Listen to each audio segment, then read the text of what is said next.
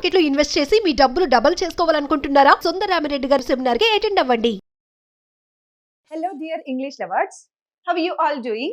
In our previous sessions, we learned regarding some past and future concepts.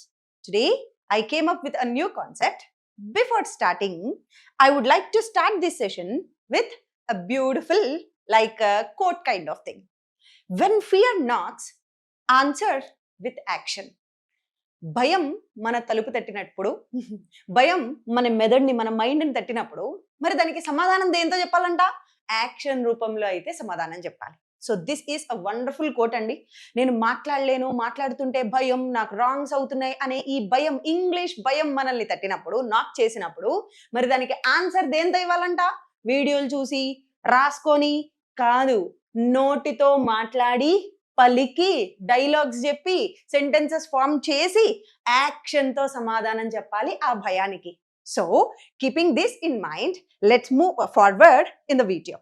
So మన నాలుక first ఇంగ్లీష్కి అలవాటు పడాలి అనుకున్నాం కదా, దానికోసం ఒక చిన్న టంగ్ ట్విస్టర్. వెరీ సింపుల్ అండి. Eddie edited it, Eddie edited it, Eddie edited it, Eddie edited it, Eddie edited it. Try this. ఒక 5 times ఈ టంగ్ ట్విస్టర్ స్పీడ్గా నాలుగుతో అనడానికి ట్రై చేయండి. ఎడ్డీ ఎడిటెడ్ ఇట్, అలా స్పీడ్గా వచ్చేసేయాలి. ఓకే, సో ఇక్కడ వీడియో పాజ్ చేసుకొని దీన్ని ఒక 5-6 times ట్రై చేసి అప్పుడు నెక్స్ట్ వీడియో కంటిన్యూ చేయండి. ఇప్పుడు మనము చూడండి, తెలుగు అయినా, హిందీ అయినా, ఇంగ్లీష్ అయినా, వాట్ ఎవర్ లాంగ్వేజ్ ఏదైనా సరే, ఫస్ట్ మనకి కాలాలు ఉంటాయండి. భూత, భవిష్యత్, వర్తమాన కాలాలు, పాస్ట్, ప్రెజెంట్, ఫ్యూచర్. ఈ 3 వస్తే సగం ఇంగ్లీష్ వచ్చేసినట్లే. ఇది మైండ్ ఫస్ట్ మనకి తెలియాలండి. సో టెన్సెస్ అని చెప్తా ఉంటాం కదా, మెయిన్ ఏ టెన్సెస్ తెలియాలా? Past, future, present.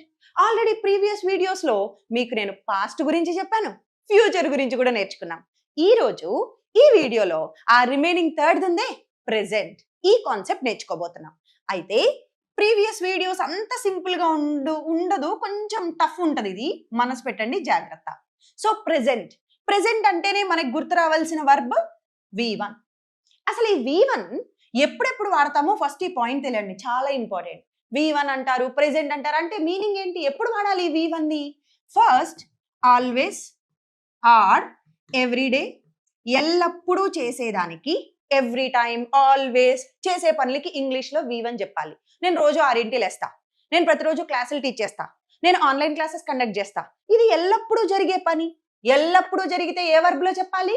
V1. V2లో కానీ, విల్లులో కానీ చెప్పకూడదు, V1లో చెప్పాలి. మరి ఇంకా ఎప్పుడు ఈ V1 ని వాడతాం? యూనివర్సల్ ట్రూత్స్, ఓకే, నిత్య సత్యాలు, కొన్ని ఫ్యాక్ట్స్ చెప్పడానికి కూడా మనం ఎప్పుడు కూడా V1 యూజ్ చేస్తాం. థర్డ్ సందర్భం, ఇంకా ఎప్పుడు V1 యూజ్ చేస్తాం? మన హ్యాబిచువల్ యాక్షన్స్ అంటే మనం అలవాటుగా చేసే కొన్ని పనులు ఉంటాయి, అలవాటుగా చేస్తాం. లైక్ నేను ఐస్ క్రీమ్స్ తింటాను, నేను కాఫీ తాగుతాను, నేను జిమ్కి వెళ్తాను, ఇవన్నీ నా అలవాట్లండి. నేను గోల్డ్ కొరుకుతాను, ఓకే. సో ఇవన్నీ నేను టీవీ చూస్తా, ఇలా అలవాటుగా హ్యాబిచువల్గా చేసే పనులకి, ఆఫీస్కి 9ంటికి వెళ్తా, నా అలవాట్లు ఇవన్నీ.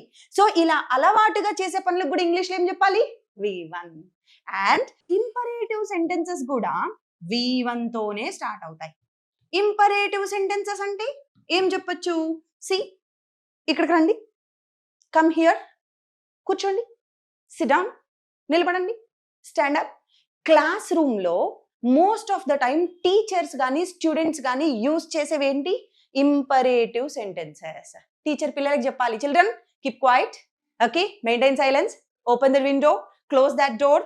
ఇలా తక్కువని అక్కడికక్కడ చెప్పేదాన్ని ఇంపరేటివ్ సెంటెన్సెస్ అంటాం. వాటిని కూడా ఇంగ్లీష్లో ఏ వర్బ్లో యూజ్ చేయాలి? V1.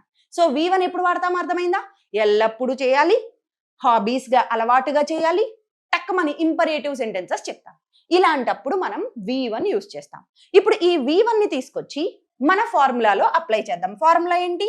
Positive, negative, interrogative, WH questions. Previous వీడియోస్లో చెప్పినాను, మళ్ళీ కొత్తగా ఫస్ట్ టైం చూస్తున్న వాళ్ళ కోసం. ఈ పాజిటివ్, నెగటివ్ ఆన్సర్ల కోసం, ఇంటరాగేటివ్ WH క్వశ్చన్స్ కోసం. ఆన్సర్లు, క్వశ్చన్లు, ఇదే కదా భాష అంటే. సో ఇప్పుడు ఆన్సర్లు చెప్పాలి. నేను రోజు 6ంటికి లేస్తా, నేను ప్రతిరోజు జిమ్కి వెళ్తా, నేను ప్రతిరోజు క్లాసెస్ టీచ్ చేస్తా. పాజిటివ్ సెంటెన్సెస్ అంటే పాజిటివ్గా చెప్తా, తింటా, చేస్తా, రాస్తా, వెళ్తా, మాట్లాడతా. మరి నెగిటివ్, తినను, మాట్లాడను, టీవీ చూడను, అబద్ధాలు ఆడను, క్లాసెస్ కండక్ట్ చేయను, ఇట్లా నెగిటివ్. INWH అంటే ప్రశ్నలు అడగడం, క్వశ్చన్ అడుగుతున్నారు, మీరు నన్ను అడుగుతున్నారు, మీరు ఆన్లైన్ క్లాసులు కండక్ట్ చేస్తారా, క్వశ్చన్. ఓకే, కండక్ట్ చేస్తారా, పాజిటివ్ క్వశ్చన్. మరి నెగిటివ్ క్వశ్చన్, కండక్ట్ చేయరా. మీరు వాక్ చేస్తారా, పాజిటివ్ క్వశ్చన్. మీరు వాక్ చేయరా, నెగిటివ్. మీరు అబద్ధాలు ఆడతారా, పాజిటివ్ క్వశ్చన్. అబద్ధాలు ఆడరా, నెగిటివ్. ఇంగ్లీష్ ప్రాక్టీస్ చేస్తారా, పాజిటివ్ క్వశ్చన్. ప్రాక్టీస్ చేయరా, నెగిటివ్ క్వశ్చన్. ఏం ప్రాక్టీస్ చేస్తారు, ఎప్పుడు, ఎందుకు, ఎలా, అవి WH క్వశ్చన్స్. ఇది మన ఫార్ములా. ఇప్పుడు ఈ ఫార్ములా తీసుకొచ్చి మన ప్రెజెంట్లో, ద సో కాల్డ్ ప్రెజెంట్ V1లో ఈ ఫార్ములాని అప్లై చేసి నేర్చుకుందాం. Okay, so first positive sentences చూద్దాం. చూడండి, I, you, they, we, he, she, it. ఇక్కడ మీరు గుర్తుపెట్టుకోవాల్సిన చిన్న point, very important. I, you, they, we వరకు ఒక రకంగా వస్తుంది, he, she, itకి మారుతా ఉంటుంది ప్రెజెంట్లో. పాస్ట్లో మనకి ప్రాబ్లం లేదు, ప్రెజెంట్లో మాత్రం ఇది గుర్తుపెట్టుకోవాలి. నేను క్రికెట్ ఆడతా, I play. మీరు ఆడతారు, you play. వాళ్ళు ఆడతారు, దే ప్లే. మనం ఆడతాం, we play. అతను ఆడతాడు అంటే he play అనకూడదు. ఏం చెప్పాలి, ఈ V1కి ఎస్ కానీ ఈఎస్ కానీ అప్లై చేయాలి. ఎలా, ఇప్పుడు ప్లే ఏమవుతుంది చూడండి, ప్లే ఏమవ్వాలా, ప్లేస్. అతను ఆడతాడు, he plays. నేను టీవీ చూస్తా, I watch. మీరు చూస్తారు, you watch. వాళ్ళు చూస్తారు, they watch. he, she, ఇట్కైతే ఉత్తిగా వాచ్ అనకూడదు, ఏం చెప్పాలి, వాచెస్. ఓకే, నేను కాలేజ్కి వెళ్తా, I go. మీరు వెళ్తారు, you go. అతను వెళ్తాడు, he goes. అర్థమవుతుందా? సో he, she, ఇట్ వచ్చినప్పుడు ఇలా ఎస్ కానీ ఈఎస్ కానీ అప్లై చేస్తూ రావాలి. ఇప్పుడు ఇది మనసులో పెట్టుకొని ప్రాక్టీస్ చేయండి. సి, నేను ఇంగ్లీష్ మాట్లాడతా, I speak, you speak, they speak, we speak, he speaks, she speaks, it speaks. Okay, next I play, you play, they play, we play, he plays, she plays, it plays. ఇవి positive sentences. So ఫార్ములాలో నుంచి first one అయిపోయింది. ఇప్పుడు ఫార్ములాలో second one చూద్దాం. చూడండి, negative. నేను cricket ఆడను, ఆడతాను అంటే I play. నేను ఆడను, I don't play. ఓకే, మీరు ఆడరు, you don't play. వాళ్ళు ఆడరు, they don't play. మరి అతను ఆడడు, he doesn't. హీకి షీకి డస్ రావాలి. మామూలుగా వీటన్నిటికైతే డూ, హీకి షీకి doesn't play. ఆమె ఆడదు, she doesn't play. అది ఆడదు, it doesn't play. ఇవి ఆన్సర్లు. సో ఆన్సర్లు చెప్పడం చూసాం. మరి ప్రశ్నలు అడుగుదాం. చూడండి, మీరు ఆడతారా, డూ యూ ప్లే. ఓకే, వాళ్ళు ఆడతారా, డూ దే ప్లే. మనం ఆడతామా, డూ వీ ప్లే. అతను ఆడతాడా, హీకి షీకి ఏం రావాలనుకున్నాం, డస్ హీ ప్లే. ఆమె ఆడుతుందా, డస్ షీ ప్లే. ఇలా క్వశ్చన్స్ రావాలి, పాజిటివ్ క్వశ్చన్స్. మరి ఇందులో నెగిటివ్ చెప్పండి. మీరు ఆడరా, డోంట్ యూ ప్లే.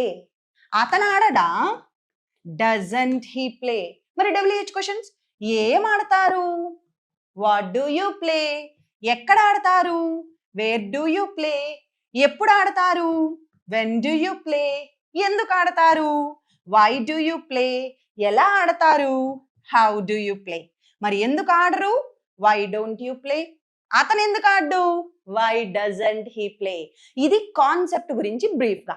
ఇప్పుడు నేర్చుకున్నవన్నీ యూజ్ చేసి ఒక చిన్న కథ చెప్తాను. చూడండి, డే టు డే లైఫ్ లో మనం చేసే కథలు. ఇప్పుడు నేను ఒక చిన్న కథ తీసుకొచ్చాను, మీరు నాతో పాటు చెప్పాలి. Try this one. First, my brother అంటే ఇప్పుడు హీకి షీకి ఏం యూజ్ చేయాలనుకున్నాం, ఎస్ ఈఎస్ పెట్టాలి కదా. సో అందుకని వేకి ఏం చేశాను, వేక్స్ పెట్టాను. Okay, my brother wakes up early every morning because he is an early bird. ఇక్కడ మీకు ఒక కొత్త వొకాబులరీ నేర్పిస్తున్నాను. ఎర్లీ బర్డ్ అంటే అన్ని విషయాల్లో ముందుండడం అని అర్థం. అది నిద్ర లేవడంలో ముందుండడం, ఏదైనా పని చేయాల్సి వస్తే ముందుండడం. అలా ముందుంటే ఏమంటారు, అన్ని ముందుగా చేస్తాం, ఎర్లీగా. Early bird. అందుకే కొన్ని ఆఫర్లు పెట్టినప్పుడు కూడా చెప్తాం, ఎర్లీ బర్డ్ ఆఫర్ అంటారు. అంటే ఏంటి, ముందు వచ్చి కొనుక్కున్న వాళ్ళకి ఈ ఆఫర్. సో ఎర్లీ బర్డ్ అంటే ముందు ఉండడం. సో ఇక్కడ నుంచి ఇక్కడ వరకు చెప్పండి. మై బ్రదర్, రిపీట్ ఆఫ్టర్ మీ, నాతో పాటు రిపీట్ చేయండి. My brother wakes up early every morning because అతను ఎవరంట early bird.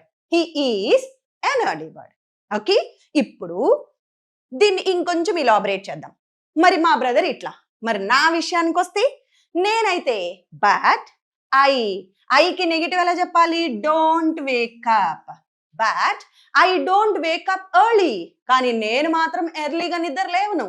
I don't wake up early because I am a late riser. ఇప్పుడు ఇంకో వర్డ్ నేర్పిస్తున్నాను మీకు, చూడండి. కొత్త వొకాబులరీ, వొకాబ్ వస్తుంది, సబ్జెక్ట్ వస్తుంది, కాన్సెప్ట్ వస్తుంది, అన్నీ కలిపి మీ సొంత మాటల్లో అల్లుతున్నాం, కథలు అల్లుతున్నాం. ఇలాగండి ప్రాక్టీస్ చేయాలి.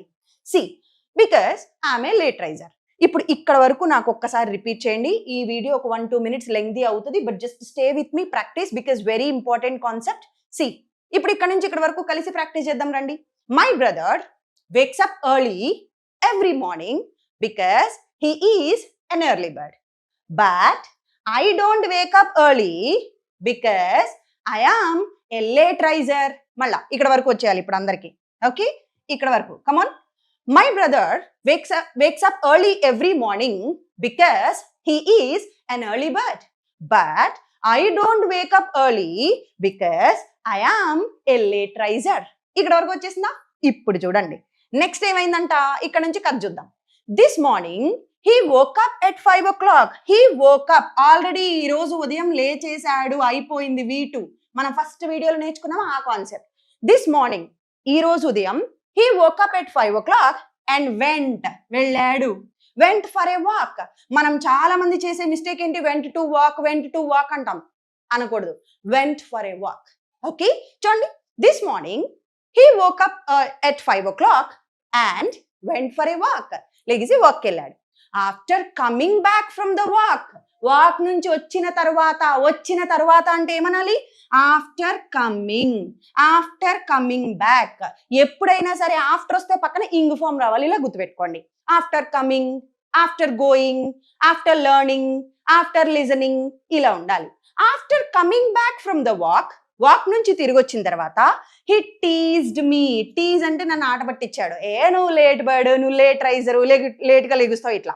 ఓకే, హీ టీజ్డ్ మీ. అప్పుడు నాకు చాలా బాధ అనిపించింది. V2 I felt very bad, I felt very sad. ఇప్పుడు నేనేం డిసైడ్ అయ్యాను? ఫ్రమ్ టుమారో ఆన్వర్డ్స్, రేపటి నుంచి I will wake up at 5 o'clock. నేను కూడా 5ంటికి లెగుస్తా.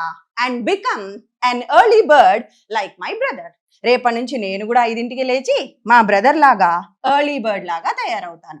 So first video V2 structure, second video will, and third video present. ఈ 3 కాన్సెప్ట్స్ నేర్చుకున్నాం మనం ఇప్పటి వరకు. Past, present, future. ఈ 3 కాన్సెప్ట్స్ నేర్చుకున్నాం కదా. ఇందులో పాస్ట్, ప్రెజెంట్, ఫ్యూచర్ అన్నీ వచ్చాయి. గమనించండి, చూడండి. My brother wakes up. ఒక్కసారి ఇప్పుడు దీన్ని స్క్రీన్ షాట్ తీసుకొని మీరు ఒక 10 times నోటితో అంటూ ప్రాక్టీస్ చేయాలండి, అప్పుడు మాత్రమే వస్తుంది. ఒక్కసారి repeat after me. My brother wakes up early every morning because he is an early bird. But I don't wake up early because I'm a late riser. This morning he woke up at 5 o'clock and went for a walk. After coming back from the walk, he teased me. I felt very sad. From tomorrow onwards, I will wake up early at 5 o'clock and become an early bird like him. So, ఇందులో మనకి past వచ్చింది, ఇందులో మనకి present వచ్చింది, ఇందులో మనకి future వచ్చింది. So ఇంతకు ముందు నేర్చుకున్న 2 వీడియోలు, ఈ థర్డ్ వీడియో, 3 కలిపి ప్రాక్టీస్ చేసాం. అర్థమైంది కదా? So pause the video, practice it multiple times and speak confidently. Thank you so much. Let's catch up in another video.